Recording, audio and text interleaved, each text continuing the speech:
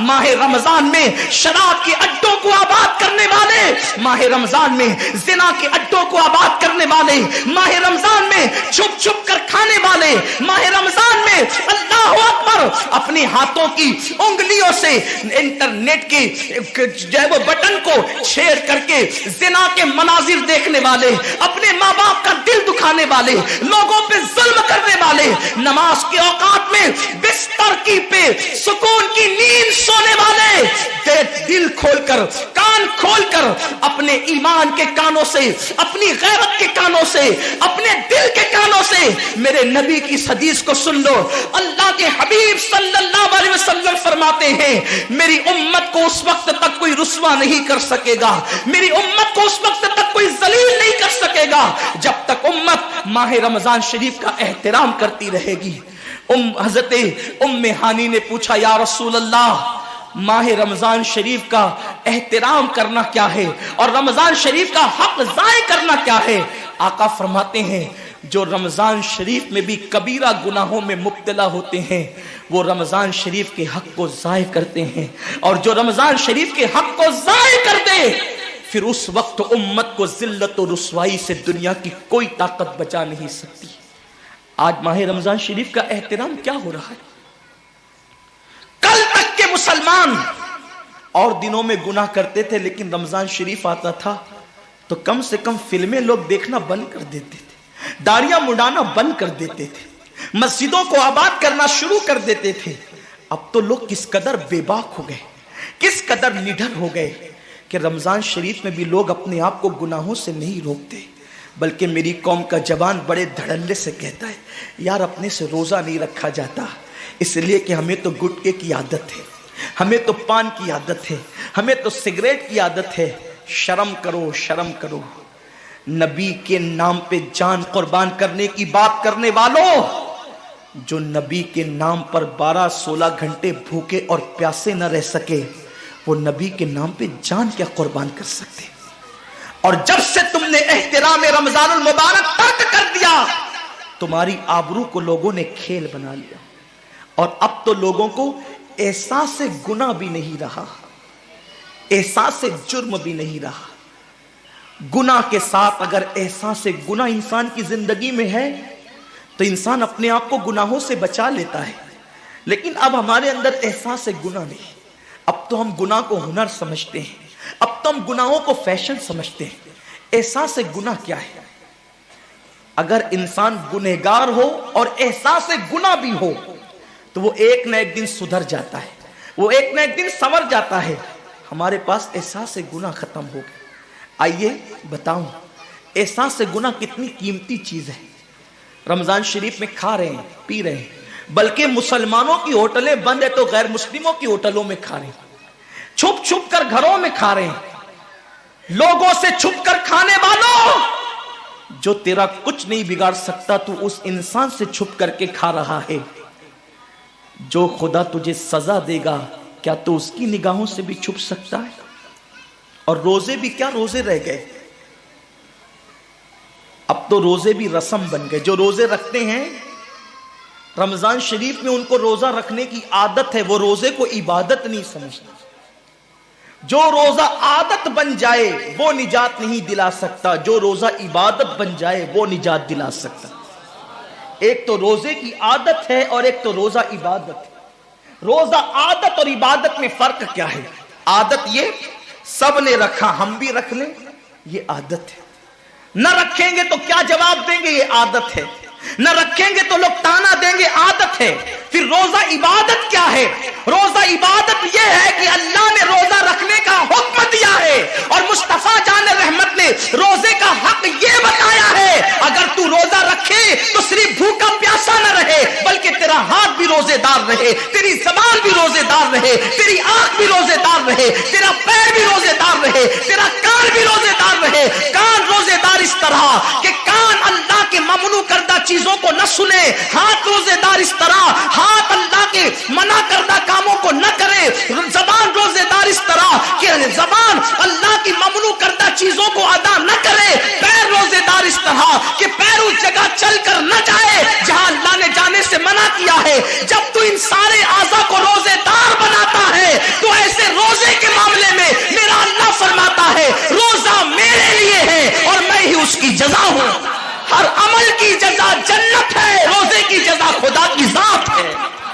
اسی لیے آقا فرماتے ہیں روزے دار کو دو خوشی ہے، ایک تو افطار کے وقت، دوسرا لقائے رحمان کے وقت، خدا کی زیارت کے وقت۔ صحابہ نے پوچھا آقا ہم اللہ کی زیارت کیسے کریں گے؟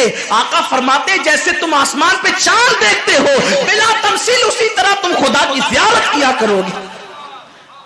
یہ روزے داروں کی شان ہے۔ آج کے روزے کیا ہے؟ جس میں جھگڑا، جس میں غیبت، جس میں چگلی، جس میں فساد۔ روزے کو عادت مت بناؤ، روزے کو عبادت بناؤ۔ احساس مٹ گیا، عبادتوں کا احساس مٹ گیا، گناہوں کا احساس ختم ہو گیا۔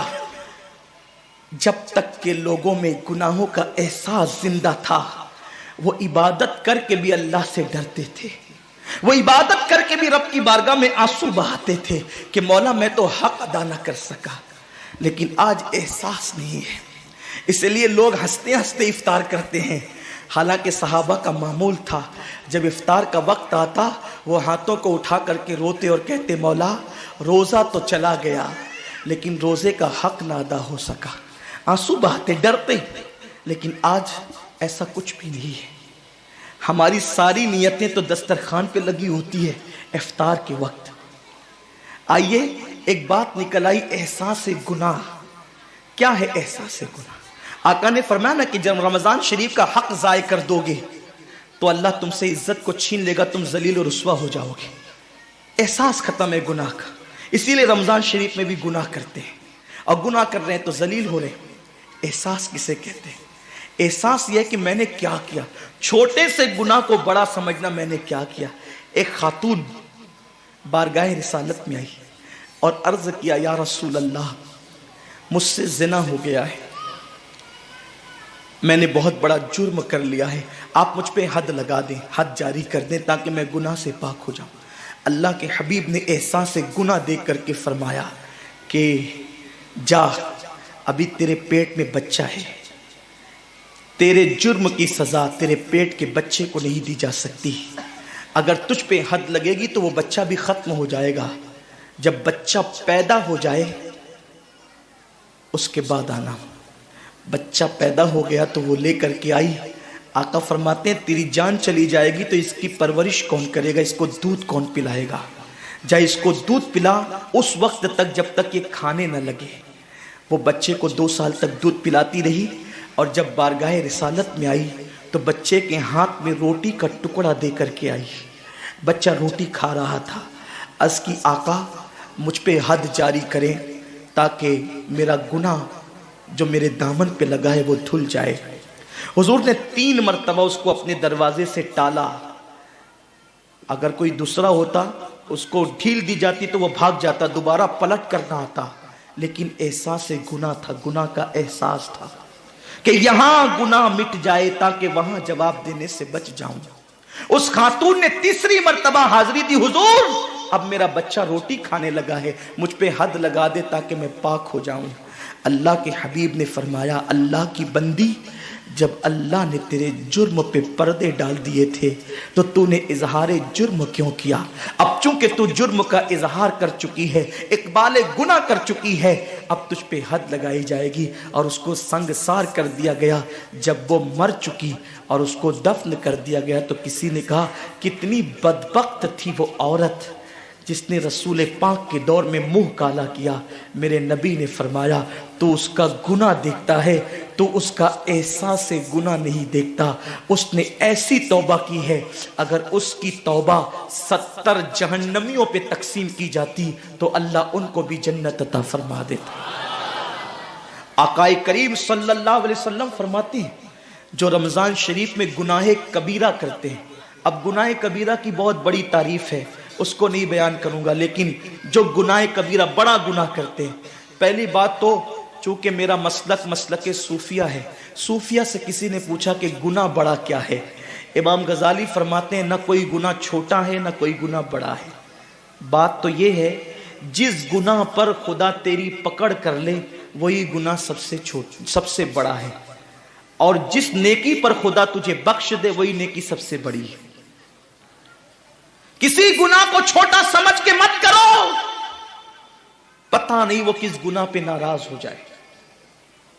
تو اللہ کے حبیب صلی اللہ علیہ وآلہ وسلم فرماتے ہیں جو رمضان شریف میں بڑا گناہ کبیرہ گناہ کرتے ہیں سال بھر تک فرشتے اس پہ لعنت کرتے رہتے ہیں، اور اگر اسی سال اس کو موت آ جائے،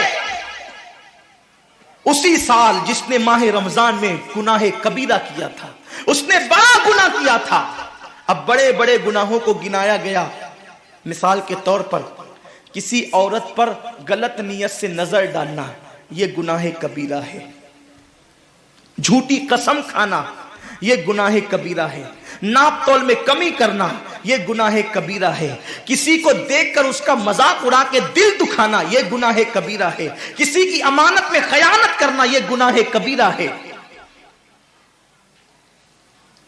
ماں باپ کا دل دکھانا یہ گناہ کبیرہ ہے، کفر کرنا یہ گناہ کبیرہ ہے، بلکہ اکبر الکبائر ہے۔ 70 کی فہرست امام سیوطی نے گنائی ہے، اور پھر 70 کی فہرست گنانے کے بعد فرماتے ہیں 70 پر یعنی 1 2 3 4 والا 70 نہیں، بلکہ اللہ کے حبیب نے یہاں جو 70 فرمایا ہے یہ 70 گنتی والا 70 نہیں ہے، بلکہ کثرت بتانے کے لیے 70 ہے۔ جیسے کہ ہم کہتے ہیں نا میں نے تجھے 50 بار سمجھایا تو نہیں مانا، میں 100 بار تیرے گھر آیا تو نہیں ملا، تو اس کا مطلب یہ نہیں کہ 99 کے بعد ایک جو ملا کر کے آتا ہے وہ 100 نہیں، گنتی کا 100 نہیں، یہاں 100 بتانا کثرت بتانے کے لیے ہے، یہاں 50 کہنا کثرت بتانے کے لیے ہے۔ تو اللہ کے حبیب فرماتے ہیں 70 بڑے گناہ ہیں، یعنی اتنی طویل تعداد میں اتنی کثرت سے ہے بڑے گناہ کہ تم ان کو شمار نہیں کر سکتے، بس اتنا کہ جس گناہ پہ خدا ناراض ہو جائے وہ بڑا گناہ۔ تو جس نے رمضان شریف میں قصدن بڑا گناہ کیا، قصدن، نماز کو چھوڑنا بھی گناہ کبیرہ ہے، نماز کو ترک کرنا بھی گناہ کبیرہ ہے۔ میرے آقا صلی اللہ علیہ وسلم کے دیوانوں، کھیل کود میں وقت کو ضائع کرنا، وقت کا ضیاع، یہ بھی گناہ کبیرہ ہے۔ آقا فرماتے ہیں جس نے رمضان شریف میں گناہ کبیرہ کیا، اس رمضان سے لے کر آنے والے رمضان شریف تک فرشتے اس پہ لعنت کرتے۔ یہ لعنت کیا ہے؟ لعنت سمجھتے ہیں؟ لعنت کا مطلب یہ ہے جس پہ لعنت پڑی وہ ہمیشہ کے لیے اللہ کی رحمت سے دور ہو گیا۔ انسان کی لعنت کیا ہے؟ انسان کی لعنت ایک جانور پر حضور علیہ الصلوۃ والتسلیم کسی صحابی کے جانور پر بیٹھے تھے، وہ دھیرے چل رہا تھا، کسی نے کہہ دیا کہ اس پہ لعنت تو یہ دھیرے چلتا ہے، حضور علیہ السلام نے اس جانور کے نیچے اتر کر فرمایا جس پہ لعنت کر دی گئی میں اس جانور پہ سواری نہیں کر سکتا۔ یہ ایک انسان کی لعنت کا اثر ہے، جس پہ معصوم فرشتے لعنت کرے اس کا انجام کیا ہوگا، وہ بھی 1 2 لعنت نہیں۔ رمضان شریف کو چھوٹا مت سمجھیے، 1 کے 70 پر آپ کی نظر ہے، گناہ نیکیوں کی کثرت پہ آپ کی نظر ہے، گناہوں کی تباہی پہ آپ کی نظر نہیں ہے۔ اللہ کے رسول صلی اللہ علیہ وسلم نے فرمایا جیسے ماہ رمضان شریف میں نیکیوں کا درجہ بڑھ جاتا ہے، ویسے ماہ رمضان شریف میں گناہوں کا بھی معاملہ بڑھ جاتا ہے۔ یعنی اگر رمضان شریف میں تم 1 گناہ کرو گے تو اور دنوں کے اندر جو گناہ کرتے تھے اب اس گناہ سے زیادہ تمہیں عذاب دیا جائے گا، کیونکہ آپ نے ماہ رمضان کی حرمت کو پامال کیا ہے، آپ نے ماہ رمضان شریف کی عزت کو پامال کیا ہے۔ تو سوچو انسان کی لعنت پڑے، یہ حال ہے۔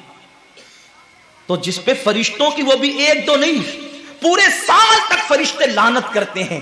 اور اللہ کے نبی صادق و مصدوق نبی نے فرمایا کہ اگر وہ اسی سال رمضان شریف آنے سے پہلے مر جائے تو اس کے پاس کوئی نیکی نہیں ہوگی جو اس کو جہنم کی آگ سے بچا سکے، اور اس کا ٹھکانہ تو جہنم ہی ہوگا۔ خدا کے لیے اپنے حال پہ رحم کرو، اپنے آپ کو جہنم کا ایندھن مت بناؤ۔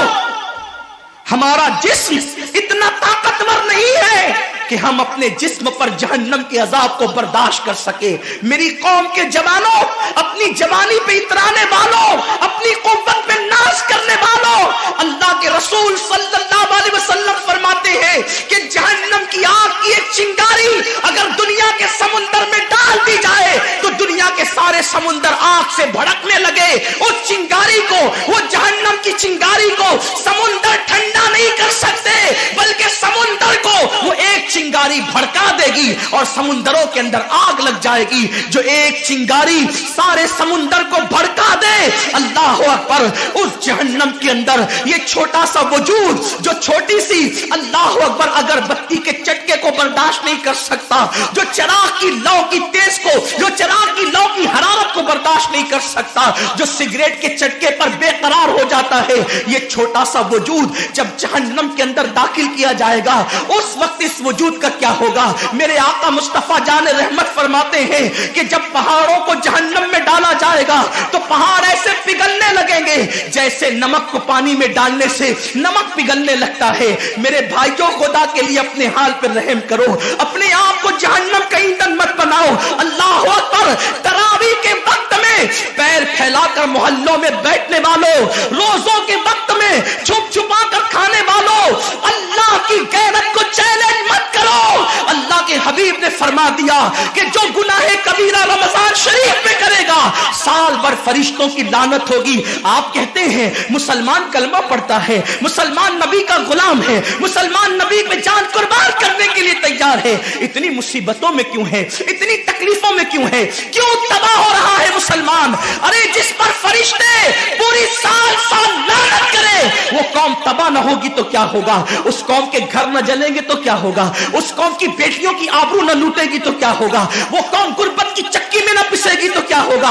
آؤ سچی توبہ کر لو, توبہ کے دروازے کھلے ہوئے ہیں, اپنے گناہوں کا احساس کر لو, نادم ہو کر قدرت کی بارگاہ میں پلٹ جاؤ. میرا رب فرماتا ہے فَفِرُّوا إِلَى اللَّهِ. کہاں جا رہے ہو؟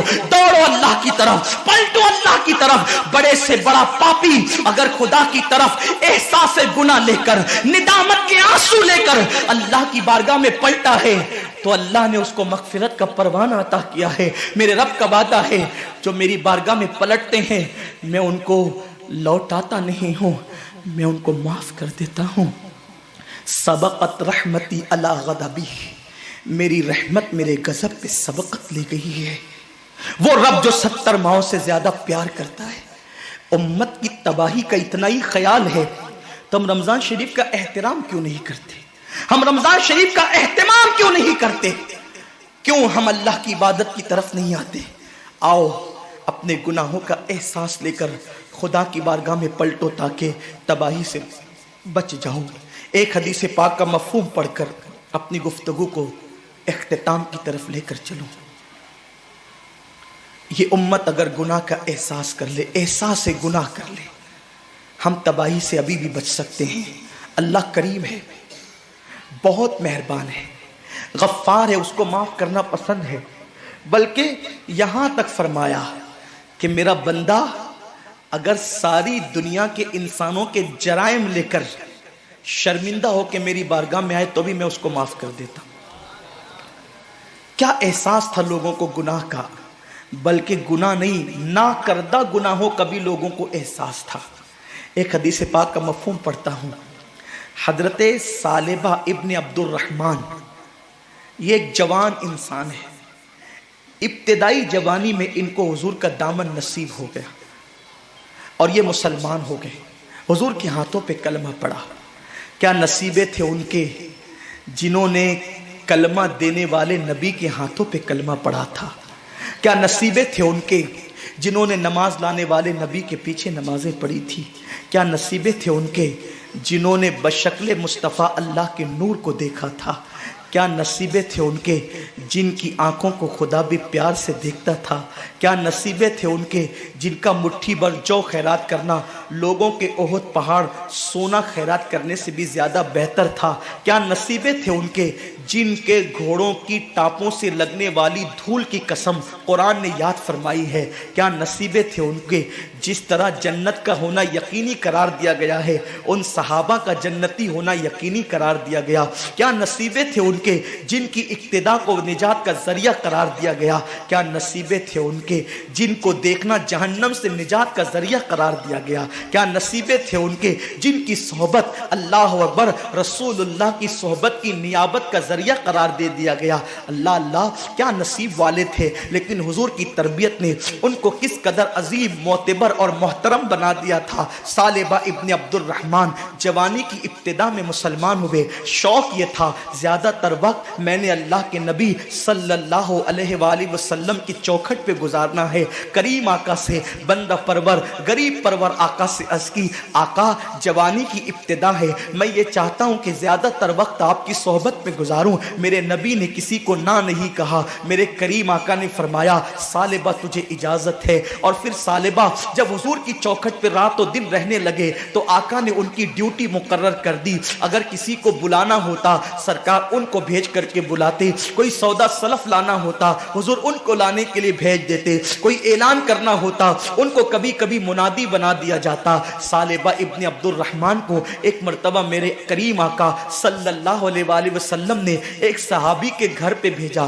حدیث پاک کا مفہوم ہے ابھی ابتدائی دن تھے, تربیت ابھی مکمل نہ ہوئی تھی, تربیت کے ایام جاری تھے, ابھی تربیت سے وہ گزر رہے تھے. اللہ اکبر کسی کے گھر جاؤ تو آداب یہ ہیں کہ کسی کے دروازے پہ دستک دے کر سائیڈ میں کھڑے ہو جاؤ تاکہ اگر وہ دروازہ کھولے تو اس کے گھر میں تمہاری نظر نہیں پڑنا چاہیے. میرے کریم آقا فرماتے ہیں اپنے گھروں کی چھت پر بلا عذر شرعی نہ چڑھا کرو, اس لیے کہ اگر تم اپنے گھر کی چھت پر چڑھو گے اور کسی کے گھر میں تمہاری نظر پڑ گئی تو اللہ اس نظر کے بارے میں بھی تم سے سوال کرے گا. خالی گھروں میں نظر ڈالنے پر بھی میرے نبی نے منع کیا ہے.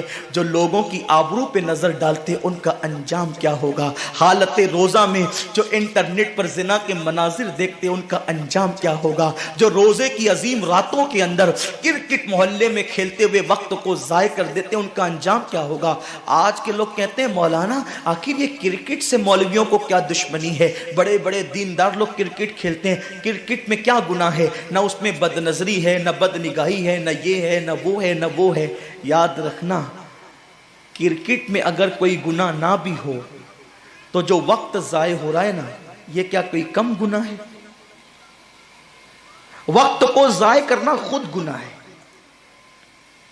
وقت کا ضیاع خود گناہ ہے. اللہ کے حبیب صلی اللہ علیہ وسلم فرماتے ہیں جس نے دنیا میں ایک لمحہ ضائع کیا ہوگا وہ قیامت کے دن پچھتائے گا کہ میں نے ایک لمحہ کیوں ضائع کر دی. گھنٹوں سب کی نیند برباد کرتے ہو, خراب کرتے ہو, پوری رات جگتے ہو. اگر وہ رات مصلی پر گزرے تو پھر کیا بات ہے. آج لوگ کہتے ہیں مسلمانوں کو ترقی کیوں نہیں ملتی. کل تک مسلمان تاجدار تھا, آج مسلمان بھکاری ہو گیا. ہم کہتے ہیں اس وقت تک مسلمان تاجدار تھا جب اس کی راتیں مصلی پر اپنے گناہوں کو یاد کر کے روتے ہوئے گزرتی تھی. اب تو رونا ہی نہیں آتا کیوں؟ کیونکہ گناہ کا احساس ختم ہو گیا. احساس ضیاء جس قوم سے ختم ہو جائے پھر اس قوم کو ختم کر دیا جاتا ہے. اللہ کے حبیب صلی اللہ علیہ وسلم فرماتے ہیں اگر تیرے گھر میں کوئی جھانکے اور اسلامی حکومت ہو اور تو اس کی آنکھ میں نیزہ مار کر اس کو اندھا کر دے تو تجھ پر کوئی مواخذہ نہیں. اس نے جھانکا کیوں تھا؟ اسلامی حکومت ہو تو قانون یہ ہے آپ کسی کے گھر میں جھانک نہیں سکتے. اور آج حالت یہ ہے کہ پڑوسی کی بیٹیاں ہماری نظروں سے محفوظ نہیں. قوم تمہارا اچھا مذاق اڑا رہی ہے. آصفہ کی آبرو کی حفاظت کرنے کے لیے احتجاج کرنے نکلے ہو, تم کی بچیاں محفوظ نہیں. لوگ جو تمہاری بیٹیوں کی آبرو کا جنازہ نکال رہے ہیں بہت سوچ سمجھ کے, انہیں پتا ہے کہ تمہارے کھوکھلے نعرے کسی آصفہ کی آبرو نہیں بچا سکتے. تم ہزاروں آصفہ کو, اپنے محلے کی آصفہ کو تم جب پاپ کی نظر سے دیکھ رہے ہو اس کا احتجاج کون کرے گا؟ بیٹیوں کی آبرو کا تحفظ پاپی نگاہوں نے کبھی نہیں کیا. یہ سیاسی ہتھ کنڈے اور اخبارات میں تصویر چھپانے کا شوق تمہیں نعرہ لگانے پہ مجبور کرتا ہے, مگر دنیا اچھی طرح جانتی ہے کہ تمہاری آنکھوں میں وہ تقدس نہ رہا جو محمد بن قاسم کی آنکھوں میں تھا. اگر وہ تقدس تم پیدا کر لیتے تو احتجاج کی ضرورت نہیں پڑتی، تمہاری بیٹیوں کو کوئی آنکھ اٹھا کے دیکھ نہیں سکتا تھا۔ ہم ہندوستان میں جو پہلی مرتبہ آئے تھے، قرآن پڑھنے نہیں آئے تھے، قرآن پڑھانے نہیں آئے تھے، اذان دینے نہیں آئے تھے، نماز پڑھانے نہیں آئے تھے۔ اگر تاریخ اسلامی کا جائزہ لو تو پتا چلتا ہے ہم پہلی مرتبہ جو ہندوستان آئے تھے صرف ایک بیٹی کی عزت کی حفاظت کے لیے آئے تھے۔ اسلامی مملکت کے بادشاہ کو پتا چلا کہ ہندوستان کا ایک بادشاہ جس نے اپنی سگی بہن کے ساتھ نکاح کر رکھا ہے، تو اس نے کہا تھا بیٹی صرف بیٹی ہوتی ہے، چاہے وہ کسی کی بھی بیٹی ہو، ہم 7 سمندر پار جا کر اس بیٹی کی عزت کی حفاظت کریں گے۔ یہ اور بات ہے، تم بیٹی کی عزت بچانے آئے تھے، لوگ تمہارے کردار کو دیکھ کر کے اسلام قبول کر لیا کرتے تھے، یہ اور بات ہے۔ لیکن ہم پہلی مرتبہ نہ قرآن پڑھنے آئے تھے نہ پڑھانے، ہمارا مقصد تھا بیٹی بچانا۔ آج لوگوں کو سوچ رہا ہے بیٹی بچاؤ بیٹی پڑھاؤ، ہم نے تمہاری بیٹیوں کی آبرو بچایا ہے۔ آج ہماری بیٹیوں پہ نظر مت ڈالو، اس لیے کہ ہم نے احسان کیا ہے، بہت بڑا احسان کیا ہے۔ جن کی بیٹیاں چتاؤں پہ جلا کرتی تھی، اسلام نے آنے کے بعد ان کو سہاگن بننے کا تصور اور شعور عطا کیا ہے۔ لیکن بات آج اتنی ہے، نہ ادھر ادھر کی تو بات کر، یہ بتا کہ قافلہ کیوں لٹا، مجھے رہزنوں سے غرض نہیں تیری رہبری کا سوال ہے۔ وہ جوان جو کسی قوم کا سرمایہ، وہ جوان جو تاریخ داں اور تاریخ ساز ہوتا ہے، وہ جوان جو ملت کی آبرو ہوتا ہے، وہ جوان آج اپنے محلے کی بیٹی بہو پہ غلط نظر ڈالے۔ اور حد تو یہ ہے کہ اب کوئی روکنے والا بھی نہ رہا۔ بلی کے گلے میں گھنٹی کون باندھے، اور اسی کو لوگوں نے فیشن سمجھ رکھا ہے۔ فلموں کے مناظر ہم اپنے محلے میں دہرائیں گے تو یہی حال ہوگا جو دیکھ رہے ہیں۔ ہم فلموں کے مناظر دہرانے کے لیے نہیں آئے تھے، ہم تو یہاں عبادت کے لیے آئے تھے، ہم تو یہاں نگاہوں کے تقدس کے لیے آئے تھے۔ بہرحال تو صالبہ ابن عبد الرحمن کو حضور علیہ السلام نے بھیجا بلانے کے لیے ایک صحابی کو۔ ابتدائی ایام تھے تربیت کے، وہ گئے اور انہوں نے دروازے کو دھکا دے دیا، دستک کی بجائے دھکا دے دیا۔ دھکا دیا تو دروازہ کھل گیا۔ دروازہ کھل گیا تو ایک عورت بیٹھ کر اس دروازے کے پیچھے غسل کر رہی تھی، اس پر ایک نظر پڑ گئی۔ اہل علم جانتے ہیں کہ کتنا ہی گندا منظر ہو، اگر بے ساختہ بے ارادہ اگر کسی پہ نظر پڑ جائے اور انسان فوراً نظر پھیر لے تو وہ گناہ نہیں ہے۔ اور اللہ کے رسول فرماتے ہیں کسی ایسے منظر پہ جس کو دیکھنے کو اللہ نے منع فرمایا، بے ارادہ نظر پڑ جائے اور پھیر لو فوراً، پہلی نظر معاف ہے، وہ گناہ نہیں ہے۔ لیکن جن کے رتبے ہیں سوا، ان کو سوا مشکل ہے۔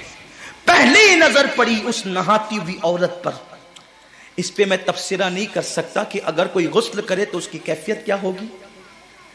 یہاں بیٹھنے والا مجمع باشعور ہے، عقل مند ہے، دانا ہے، بینا ہے، وہ جانتے ہیں کہ اگر کوئی غسل کرے تو اس کی کیفیت کیا ہوتی ہے۔ پہلی نظر صالبہ کی پڑی، فوراً نظر پھیر لی۔ اس کو ہم گناہ تو نہیں کہتے، بلکہ اس نہ کردہ گناہ کا احساس صالبہ کو اتنا ہوا کہ آنکھ سے آنسو ٹپک پڑے۔ میں نے کیا دیکھ لیا، مسلمان ہونے کے بعد میں نے کیا دیکھ لیا؟ اور پھر نگاہیں آسمان کی طرف اٹھا کر روتے ہوئے کہتے ہیں، اے اللہ مجھ سے بہت بڑا گناہ ہو گیا۔ دیکھو یہ احساس گناہ نہیں ہے، لیکن احساس نہ کردہ جرم کا احساس۔ اے اللہ مجھ سے کیا ہو گیا؟ اور پھر عشق مصطفیٰ نے انگڑائی لی، محبت رسول نے انگڑائی لی، عاشقوں کی پہچان، عاشقوں کا انداز، عاشقوں کی غیرت عشق رسول۔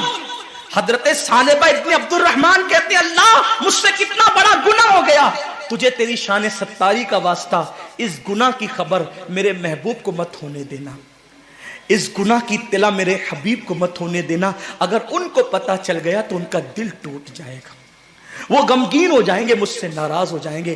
بس اب ایک ہی بات کر رہے ہیں، اے اللہ میرے گناہ کی خبر، تو اس گناہ کا چاہے جتنا بڑا مجھے عذاب دے دے، تیری مرضی، لیکن اس گناہ کی خبر میرے محبوب کو مت ہونے دینا۔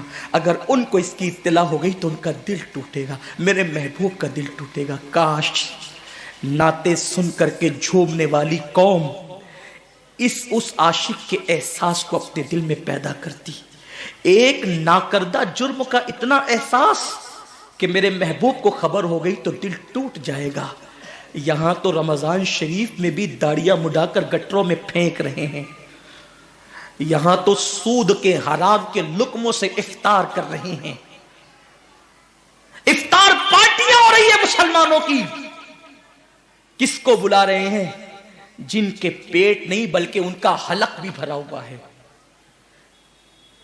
افطار پارٹیوں میں مدعو ان کو کیا جا رہا ہے جن کے حلق بھی بھرے ہوئے اور جو روزے سے نہیں ہے. اور جو بھیونڈی کے مضافات میں، مالیگاؤں کے مضافات میں، بمبئی کے مضافات میں جو روزے دار بچیاں اپنی ماں سے افطار کے وقت کہہ رہی ہے ماں کھجور بھی آج ہمارے گھر نہ آ سکی، افطار کا انتظام تو کر. ان کے لیے کوئی نہیں سوچتا. یہ مسلمانوں کی افطار پارٹیاں، یہ مسلمانوں کا انداز ہے افطار کرانے کا. جن کے روزے نہیں ان کے لیے دسترخوان بچھائے جا رہے ہیں، اور جو پانی پہ افطار کر رہے ہیں اور کھجور کھا کر کے جو افطار کر رہے ہیں ان کا کس کو خیال ہے؟ میرے آقا فرماتے ہیں یہ رمضان شریف غریبوں کے ساتھ غم گساری کا مہینہ ہے، غریبوں کی غم خواری کا مہینہ ہے. اما عائشہ صدیقہ سلام اللہ علیہ فرماتی ہیں حضور ایسی سخاوت کرتے تھے جیسے دریا ماہ رمضان شریف میں. حضور تو سخی بہت تھے لیکن رمضان شریف میں سخاوت کا انداز ایسا ہو جاتا تھا جیسے دریا بہ رہا ہے. پڑوس میں بچیاں بھوکی ترس رہی ہے جن کے یہاں سحری کا انتظام نہیں، اور ہم سحری کے بعد کھانے کو گھر کے آنگن میں پھینک رہے ہیں. کیا انداز ہے! اور پھر کہتے ہیں کہ ہم تباہ کیوں ہو رہے ہیں. اب تو مسلمان کافروں کو افطار کراتے. یہ غیرت ایمانی ہے لوگوں کی، کافروں کے ساتھ افطار پارٹیاں ہو رہی. اللہ سے ڈرو مسلمانوں، اللہ سے ڈرو، رب کا کچھ خوف کرو. اگر تم نے حلق تک کھانے والوں کو کھلایا اور ان غریبوں کو سسکیاں لینے پہ چھوڑ دیا تو قیامت کے دن کہیں ایسا نہ ہو کہ تمہارے روزے تمہارے منہ پہ مار دیے جائیں. اللہ کے رسول نے نہیں فرمایا کہ جو پیٹ بھر کے کھا کے سو جائے اور اس کا پڑوسی بھوکا ہو ایسا بندہ کامل مومن نہیں ہو سکتا. ہم نے حضور کی سنت کو ترک کر دی، بلکہ میرے کریم آقا نے تو یہاں تک فرمایا اگر غریب بستی میں رہتے ہو اور سالن کی خوشبو سالن پکتے وقت 4 گھروں میں پہنچ جائے تو تھوڑا سا پانی زیادہ ڈال دیا کرو، کیونکہ جن کے گھروں میں خوشبو پہنچی ہے ان کے گھر تک سالن پہنچا دیا کرو. اگر ان کا دل اس خوشبو سے ٹوٹ گیا تو اللہ تبارک و تعالی اس معاملے میں بھی تم سے پوچھ گچھ کر سکتا ہے. فکر کہاں ہے؟ ایک بزرگ سے پوچھا گیا اسلام کہاں ہے؟ فرمایا کتابوں میں. مسلمان کہاں ہے؟ تو کہا قبروں میں. اسلام کتابوں میں اور مسلمان قبروں میں. اب کیا بچا ہے؟ میں یہ تو نہیں کہتا کہ لوگ کافر ہو گیا، استغفر اللہ، کبھی نہیں کہتا. میرا مسلک تو اتنا محتاط مسلک ہے. میرے امام نے کہا اگر کسی کے قول میں 99 وجہ کفر کی ہو اور ایک ایمان کا راستہ نکلتا ہو تو ہم ایمان کی طرف اس قول کو پھیریں گے. ہمارا مذہب مسلک یہ ہے. ہم مسلک اعلیٰ حضرت کے ماننے والے ہیں، ہم اسماعیل دہلوی کے مسلک کے ماننے والے نہیں ہیں. ہمارے مسلک میں بہت احتیاط ہے. مولائے کائنات نے کہا آسمان سے زمین پہ گرنا آسان ہے، کسی مسلمان کو کافر کہنا میرے لیے مشکل ہے. خارجیوں نے جب مولا علی کو کافر کہا تو فرمایا ان کی بے باکی ہے، وہ مجھے کافر کہتے ہیں، میں ان کو کافر نہیں کہتا، یہ میری احتیاط ہے. میں آپ کو کافر کہنے استغفر اللہ کبھی بھی نہیں کہہ سکتا، تصور نہیں کر سکتا. بلکہ خدا کی عزت کی قسم اپنے دل کے جذبات پیش کروں کہ جب ہم ممبر پہ بیٹھ کر کے خطاب کرتے ہیں تو یہ سوچ کے کرتے ہیں کہ ہم اپنے مخدوموں کو خادم کی حیثیت سے سبق سنا رہے ہیں. اللہ ان کی دعاؤں کی برکت سے ہماری نجات کا سامان کر دے گا. ہمارا تصور یہ ہوتا ہے، ہم اس تصور کے ساتھ آپ کے پاس بیٹھتے ہیں اور آتے ہیں. لیکن سوچو تو صحیح ہمارے اسلاف نے کیا کہا. مذہب کتابوں میں ہے، مسلمان قبروں میں ہے. اب کیا ہے؟ کسی نے کہا نا کہ غلط ہے مسلمان مارا گیا، وہ ایک تصویر تھی جو مٹا دی گئی. کہیں ہم تصویر مسلم تو نہیں بن گئے؟ سالبہ ابن عبد الرحمن عرض کرتی اللہ جتنا بڑا چاہے تو مجھ پہ عذاب ڈال دے لیکن میرے محبوب کو اس کی اطلاع نہیں ہونے دے. حالانکہ یہ ان کی عشق کی بولی تھی، ورنہ عالم ما کان و ما یکون سے کیا چھپ سکتا تھا؟ جس کی نگاہوں سے خدا کی ذات نہ چھپی، اس کی نگاہوں سے کس کے اعمال چھپ سکتے تھے؟ وہ تو شاہد ہے، شہید ہے، وہ بصیر ہے، وہ عالم ما کان و ما یکون ہے. اور انبیاء کی امت کی اعمال پہ جو گواہی دیں گے، کیا وہ اپنی امت کی اعمال سے بے خبر رہیں گے؟ میرے امام نے کہا ہے فریاد امتی جو کرے حال زار میں، ممکن نہیں کہ خیر بشر کو خبر نہ ہو، واللہ وہ سن لیں گے فریاد کو پہنچیں گے. اتنا تو ہو کوئی کہ آہ کرے دل سے.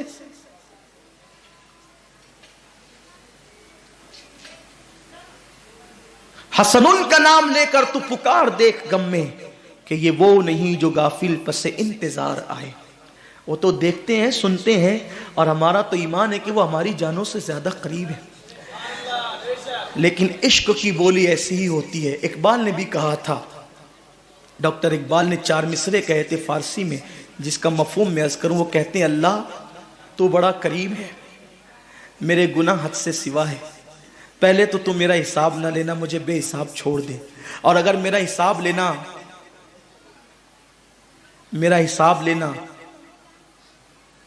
تیری غیرت اس کو لازم قرار دے، تو پھر میری عرض ہے کہ میرے محبوب کی نظروں سے چھپا کر کے لینا، کیونکہ جب میری بے حیائیاں کھلے گی نا تو میرے محبوب سے برداشت نہیں ہوگا. اور اسی مفہوم کو غالباً اقبال نے اس مفہوم کو جو ادا کیا تھا میرے امام کی 2 مصروں کو، وہ کہتے ہیں کریم اپنے کرم کا صدقہ، لئیم بے قدر کو نہ شرما، تو اور رضا سے حساب لینا، رضا بھی کوئی حساب میں ہے. اور ایک مقام پر کہتے ہیں صدقہ پیارے کی حیا کا نہ لے مجھ سے حساب، صدقہ پیارے کی حیا کا نہ لے مجھ سے حساب، بخش بے پوچھے لجائے کو لجانا کیا. اس حیادار محبوب سے گوارا نہیں ہوگا کہ ہمارے گناہوں کی فہرست پر وہ نگاہیں اٹھائے رکھیں. حیا سے نگاہیں جھک گئی تو ہمارا کیا ہوگا؟ سالبہ کہتے ہیں مولا میرے گناہ پر چاہے جتنا بڑا مجھے عذاب دے دے لیکن میرے محبوب کو خبر مت ہونے دینا. یہ کہہ رہے ہیں اور پھر روتے ہوئے کہتے ہیں اللہ تو نے مجھے پیدا کیوں کیا؟ کاش کہ تو نے مجھے پیدا نہ کیا ہوتا، نہ مجھ سے یہ گناہ ہوتا، نہ میرے محبوب کا دل ٹوٹتا. اب بے چین ہو گئے، بے قرار ہو گئے، نہ کردہ جرم نے بے قرار کر دیا. سالبہ حضور کے پاس وہ اطلاع لے کر بھی نہیں گئے، اپنے گھر بھی نہیں گئے. مدینہ منورہ کے کنارے پر ایک غار تھا، سالبہ اس غار میں چلے گئے اور اس غار میں جا کر کے رات و دن رونا، اور ایک بات، کاش اللہ تو نے مجھے پیدا نہ کیا ہوتا اور مجھ سے یہ خطا نہ ہوتی اور میرے محبوب کا دل نہ ٹوٹتا. مولا میرے محبوب کو اس گناہ کی اطلاع مت ہونے دینا. ایک ہی بات کرتے، مجھے بخش دے، مجھے معاف کر دے یا مجھے عذاب دے دے لیکن میرے محبوب کو اس گناہ کی اطلاع نہ ہونے دے. 40 دن اسی حالت میں گزر گئے. وہ گناہ نہیں تھا، وہ خطا نہیں تھی، اس کو گناہ کہہ بھی نہیں سکتے. پہلی نظر پڑی اور پھیر لیا. سوچو ایک نہ کردہ جرم کا اتنا احساس، ہم اپنی آنکھوں کا کتنا غلط استعمال کرتے ہیں. ہم اپنی آنکھوں سے کیا کیا دیکھتے ہیں. کبھی احساس بھی کیا کہ رسول پاک کو کیا جواب دیں گے، اللہ کو کیا جواب دیں گے. آنکھوں کو کتنا گندا کیا، کتنا آوارہ کیا. 40 دن بیت گئے. آقا پوچھتے تھے صحابہ سے سالبہ کہاں ہے، ابن عبد الرحمن کہاں ہے، ابن عبد الرحمن کہاں ہے. صحابہ کہتے حضور وہ دکھتا ہی نہیں، پتہ نہیں کہاں چلا گیا. اس کے گھر والے بھی کوئی اطلاع نہیں دیتے وہ کہاں چلا گیا. ایک دن 40 دن کے بعد جبریل علیہ السلام آئے اور عرض کیا آقا اللہ آپ کو سلام فرماتا ہے اور ارشاد فرماتا ہے کہ آپ کا ایک غلام ہے جو ناکردہ جرم پر بہت شرمندہ ہے اور 40 دن سے ایک غار میں وہ رو رہا ہے. آقا نے حضرت فاروق اعظم اور حضرت سلمان فارسی کو کہا کہ جاؤ اور جا کر کے سالبہ ابن عبد الرحمن کو بلا کر کے لاؤ. یہ لوگ گئے. ایک چرواہا بکریاں چلا رہا تھا، اس سے پوچھا ابن عبد الرحمن کو تم جانتے ہو؟ اس نے کہا میں کسی ابن عبد الرحمن کو نہیں جانتا، کسی ثعلبہ کو نہیں جانتا، بس اتنا جانتا ہوں ایک جوان ہے جس کے دل میں جہنم کا بڑا خوف ہے، اللہ کا بڑا خوف ہے، اور اللہ نے اس کو جہنم سے آزاد کر دیا ہے۔ فاروق اعظم نے کہا تجھے کیسے پتا چلا؟ تو کہا وہ رات کے آخری پہر میں غار سے نکلتا ہے، سر پہ ہاتھ رکھتا ہے اور آسمان کی طرف نظریں اٹھا کے کہتا ہے اللہ کاش کہ تو نے مجھے پیدا نہ کیا ہوتا، نہ مجھ سے یہ گناہ ہوتا، نہ میرے محبوب کا دل ٹوٹتا، مجھے معاف کر دے یا سزا دے دے، لیکن میرے محبوب کو اس کی اطلاع مت ہونے دینا، اگر میرے اس گناہ کی خبر میرے حبیب کو ہو گئی تو ان کا دل ٹوٹ جائے گا۔ وہ یہ کہتا ہے۔ فاروق اعظم نے حضرت سلمان سے کہا سلمان ہم جس کو ڈھونڈنے آئے تھے وہ مل گیا۔ چرواہے سے کہا وہ کہاں ہے؟ کہا میں اس غار کو نہیں جانتا، اگر ملنا ہے آخری پہر کا انتظار کرو، وہ رات کے آخری حصے میں آتا ہے۔ فاروق اعظم انتظار کرنے لگے، رات آخری آ گئی، وہ پھر روتے ہوئے آئے، سر پہ ہاتھ رکھا، اسی طرح روتے رہے اور مچلتے رہے۔ فاروق اعظم گئے، ان کو اپنے سینے سے لگایا، ثعلبہ ثعلبہ کیا حال کر رکھا ہے؟ فاروق اعظم نے گلے سے لگایا اور جب کہا تو نے کیا حال کر رکھا ہے؟ کہا عمر مجھ سے بہت بڑا گناہ ہو گیا۔ کہا کہ چل تجھے حضور بلاتے ہیں۔ اتنا سننا تھا کہ پورا وجود کانپنے لگا۔ عمر میرے گناہ کی میرے محبوب کو خبر ہو گئی، حضور کو پتا چل گیا میرے گناہ کا؟ فاروق اعظم کہتے ہیں مجھے کچھ نہیں پتا، حضور نے کہا تھا بلا لاؤ تو میں تمہیں بلانے آیا ہوں۔ اللہ اکبر، قربان جائیں، کیا عشق ہے، کیا احساس ہے، کیا ندامت ہے، کیا شرمندگی ہے، عاشقوں کی پہچان یہ۔ آج تو جب ہمارے درمیان یہ بات بیان ہوتی ہے نا کہ قبر میں ہم حضور کی زیارت کریں گے، میری قوم نعرے لگاتی ہے، عاشقوں کا کلیجہ منہ کو آتا تھا یار کہ قبر میں حضور کی زیارت ہوگی، حضور کا سامنا ہم کیسے کریں گے؟ اتنے پاپ کرتے ہیں، حضور کا دل دکھاتے ہیں، حضور کو اذیت پہنچاتے ہیں۔ اگر حضور کا سامنا ہو گیا اتنے قریب سے، 2 گز زمین ہے، حضور کا اتنے قریب سے سامنا ہو گیا اور حضور نے یہ فرمایا غدار عشق کا میرے دعویٰ کرتا تھا اور یہود و نصارہ کے طریقے پہ زندگی گزارتا تھا اور منہ پھیر کر کے چلے گئے، بتاؤ کہاں جاؤ گے؟ کس کی بارگاہ میں مدد طلب کرو گے؟ اس کی کو دہائی دو گے؟ کس کو پکارو گے؟ سب نے صف محشر میں للکار دیا ہم کو، اے بے کسوں کے آقا اب تیری دعائی ہے۔ ارے عاشقوں کی طبیعت تو یہ تھی کہ پیر نصیر الدین نصیر کہتے ہیں شرم اسیاں سے نہیں سامنے جایا جاتا، یہ بھی کیا کم ہے تیرے شہر میں آئے ہوئے۔ سرکار غوث پاک جب پہلی مرتبہ حضور کے روضے پر گئے تو غوث پاک رضی اللہ تعالیٰ 1 سیکنڈ بھی کھڑے نہ رہے اور وہاں سے یہ کہتے ہوئے نکل پڑے اللہ ان کے صدقے میری مغفرت فرما۔ کسی نے کہا عبد القادر جیلانی آپ کھڑے نہیں رہتے؟ فرمایا شرم آتی ہے کیا منہ لے کر کھڑا رہوں؟ جس نے 40 سال تک کے عشاء کے وضو سے فجر کی نماز پڑھی وہ کہتے کیا منہ لے کر کھڑا رہوں؟ اور ہم قبر میں زیارت کی بات سن کر نعرے لگنے بھی چاہیے، لیکن یہ احساس تو ہو ہم نے کیا کیا ان کی خوشی کا کام، وہ کون سا جرم ہے، وہ کون سا گناہ ہے، وہ کون سا پاپ ہے جو ہماری زندگیوں کے اندر موجود ہے۔ مسلمانوں اگر آپ برا نہیں مانے، کتا ہم سے بازی لے گیا، کم سے کم وہ کتا ہو کر اس نے کبھی اپنے کسی عمل سے نبی کا دل نہ دکھایا۔ ہم نے تو صبح گناہ کر کے نبی کا دل دکھایا، شام گناہ کر کے نبی کا دل دکھایا۔ مسلمانوں ہم سے زیادہ بے غیرت کون ہوگا کہ ہم نے سحری کرنے کے بعد کہا ابھی تو فجر کو بہت ٹائم ہے اور سو گئے، رمضان شریف میں بھی فجر کی نماز چھوڑ دی، تھکن کا بہانہ لے کر بستر میں ظہر گنوا دی اور عصر کے آخری وقتوں میں اٹھے اور کہنے لگے کہ افطار کی تیاری کرو کب اذان ہوگی۔ یہ اپنی دن اور اپنی راتیں ہیں، ہائے کیسی غفلت ہے، کس بلا کی میں سے ہے سرشار ہم، دن ڈھلا ہوتے نہیں ہوشیار ہم۔ ثعلبہ کہتے ہیں عمر کیا میرے محبوب کو میرے گناہ کی خبر ہو گئی؟ فاروق اعظم نے کہا مجھے کچھ نہیں پتا، حضور نے تمہیں بلایا۔ پورا وجود کانپنے لگا، نہیں عمر، حضور نے بلایا ہے تو میں انکار نہیں کر سکتا، ضرور آؤں گا، لیکن میں حضور کا سامنا نہیں کر سکتا، حضور سے آنکھیں ملانے کے قابل نہیں ہوں، حضور کی بارگاہ میں کھڑے رہنے کے قابل نہیں ہوں۔ میں اس وقت آؤں گا، مجھے انتظار کرو لے کر کے، جب حضور نماز میں ہوں گے تو مجھے لے کے چلنا، تاکہ حضور مجھے نہ دیکھے اور میں حضور کو نہ دیکھ سکوں۔ فاروق اعظم نے کہا بہت اچھا۔ فجر کا انتظار ہوا، فجر کا وقت شروع ہوا، پھر مسجد میں آئے، اس وقت تو پہنچے جب حضور نماز پڑھا رہے تھے۔ حضور کی قرات کی آواز جیسی ثعلبہ کے کانوں میں آئی، چیخ ماری، زمین پہ گر پڑے، بے ہوش ہو گئے۔ نماز فجر کے بعد حضور نے پوچھا کہاں ہے ثعلبہ؟ فاروق اعظم نے کہا حضور وہ تو بے ہوش پڑا ہے۔ آقا نے ثعلبہ کا ہاتھ پکڑ کے ہلایا، ثعلبہ کو ہوش آ گیا۔ آقا نے پوچھا ثعلبہ کیا حال ہے؟ عرض کی حضور گناہ نے میرا حال برا کر رکھا، نفس بدکار نے دل پر یہ قیامت توڑی، عمل نیک کیا بھی تو چھپانے نہ دیا، میرے اعمال کا بدلہ تو جہنم ہی تھا، میں تو جاتا میرے سرکار نے جانے نہ دیا،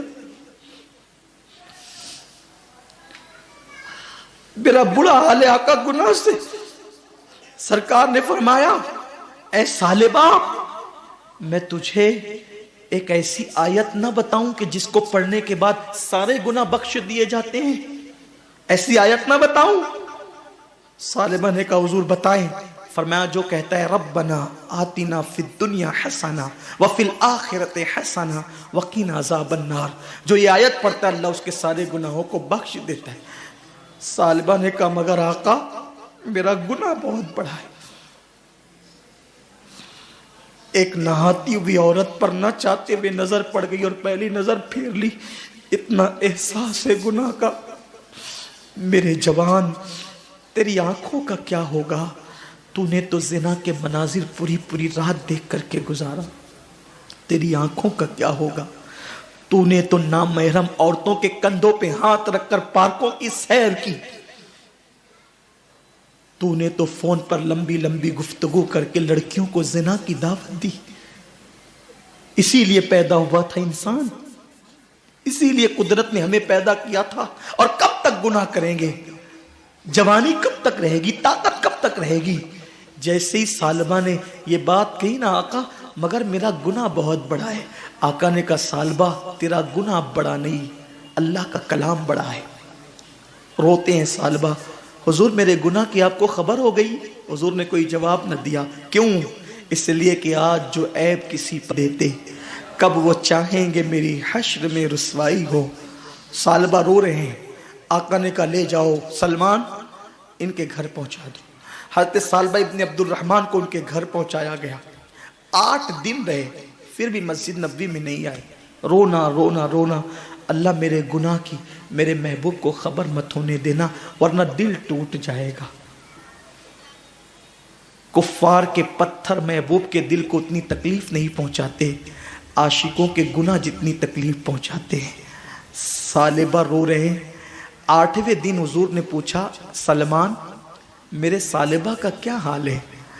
تو سلمان نے کہا حضور ایسا لگتا ہے کہ وہ زیادہ دن تک نہیں جی پائے گا، بہت برا حال ہے آقا اس کا، بہت برا حال ہے۔ سرکار نے کہا چلو اس کے گھر چل کے اس کی حوصلہ افزائی کرتے ہیں، اس کو مغفرت کا پروانہ سناتے ہیں۔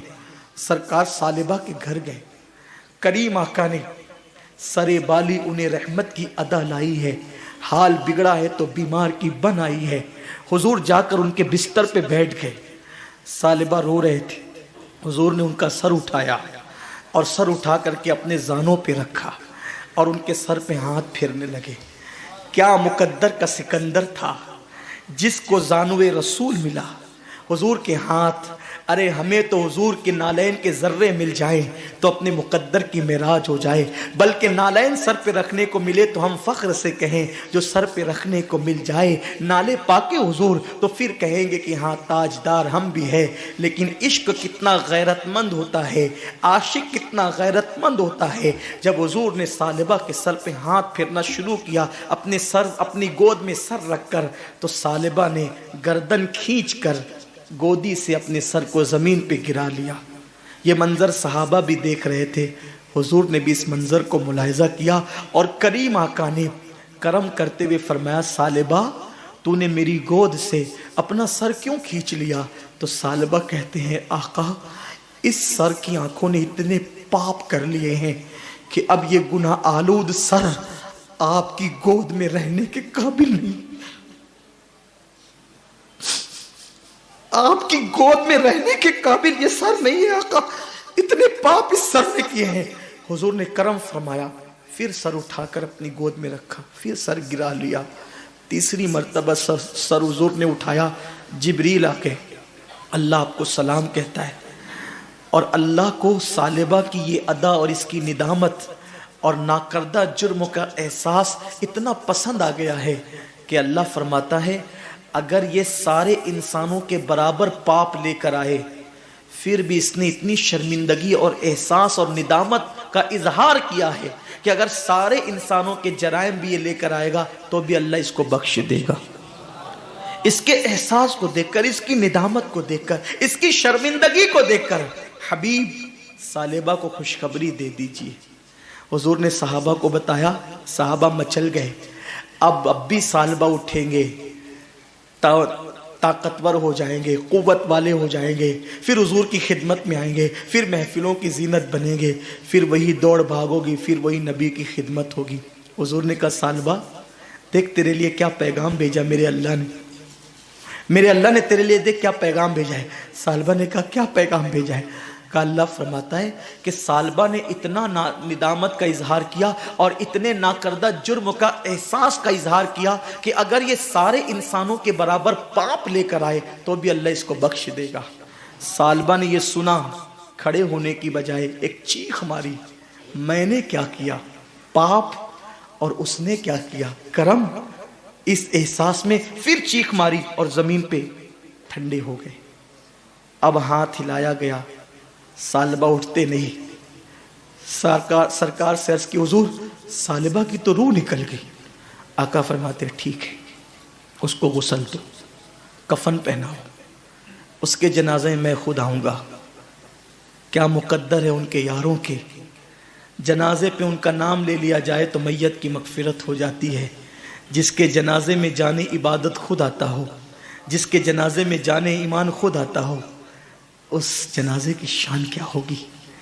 لیکن گناہ کا احساس انسان کو کتنا بلند کر دیتا ہے۔ جب حضور ثعلبہ کے جنازے میں آئے، راوی بیان کرتے ہیں اللہ کے رسول وہ جنازے میں چلتے تھے تو یوں انگلیاں رکھ کر ایسے، پورا پنجہ نہیں رکھا حضور نے زمین پہ۔ اے گناہ کرنے والوں آؤ، ہم سب گنہگار ہیں، احساس گناہ اپنے اندر پیدا کر لو، کتنے مکرم، کتنے مقرب اور کتنے محترم ہو جاؤ گے۔ اللہ کے حبیب نے اس جنازے میں شرکت کی لیکن زمین پہ پیر نہیں رکھا، تلوے نہیں رکھے۔ میرے آقا صلی اللہ علیہ وسلم نے انگلیاں رکھی اور انگلیاں رکھ کر حضور احتیاط سے چلتے تھے۔ کسی دیکھنے والے نے عرض کی میرے ماں باپ آپ پہ قربان، حضور پہلی مرتبہ اس احتیاط سے انگلیاں رکھ کر چلتے دیکھ رہے ہیں۔ آقا فرماتے ہیں ثعلبہ نے نا کردہ جرم پر اتنا احساس اور ندامت کی ہے کہ اس کے استقبال کے لیے اللہ نے آسمان کے فرشتوں کو زمین پہ بھیج دیا ہے، اور اتنی بڑی تعداد میں فرشتے زمین پر آئے ہیں کہ مدینے کی زمین پر پیر رکھنے کے لیے جگہ نہیں ہے۔ جو نہیں دیکھتے وہ تو قدم رکھ رہے ہیں، لیکن میں تو دیکھ رہا ہوں، میں قدم کیسے رکھوں؟ کتنا مکرم ہوتا ہے احساس والا۔ آؤ رمضان شریف کی آمد سے پہلے احساس کر لو، گناہ کی کھیتی، گناہ کے کانٹے جو دل میں اگ آئے ہیں، رو دھو کر اس کو صاف کر لو۔ ام المومنین ماں عائشہ صدیقہ نے فرمایا میں نے نبی پاک سے سنا ان لوگوں کو بے حساب جنت میں داخل کیا جائے گا جو اپنے گناہوں پہ شرمندہ اور نادم ہو کر تنہائیوں میں روتے ہیں۔ اللہ مجھے آپ سب کو توفیق دے، ماہ رمضان شریف کا صحیح معنی میں استقبال کرنے کی توفیق عطا فرمائے۔ گفتگو کے درمیان اگر کوئی غلطی ہو گئی ہو اللہ مجھے معاف فرما دے۔ گزارش ہے اعتکاف کریں، جو اعتکاف کرتا ہے اسے 2 حج اور 2 عمرے کا ثواب ملتا ہے، اور ہو سکے تو سنی دعوت اسلامی کے اجتماعی اعتکاف میں شرکت کریں تاکہ دین بھی سیکھ سکیں اور رمضان شریف کا ایک ایک سیکنڈ ضائع مت ہونے دینا. تلاوت کرنا، زیادہ جگنا، درود پڑھنا، استغفار کرنا، کلمہ طیبہ پڑھنا، جہنم سے پناہ مانگنا، جنت کا سوال کرنا. اللہ مجھے آپ سب کو وہ رمضان شریف عطا کرے جس میں عبادت کی قوت اور طاقت بھی ہو، خشوع و خضوع بھی ہو، نماز کی توفیق بھی ہو، واقعی روزہ رکھنے کا شعور بھی ہو. ایسا رمضان اللہ عطا کرے کہ یہ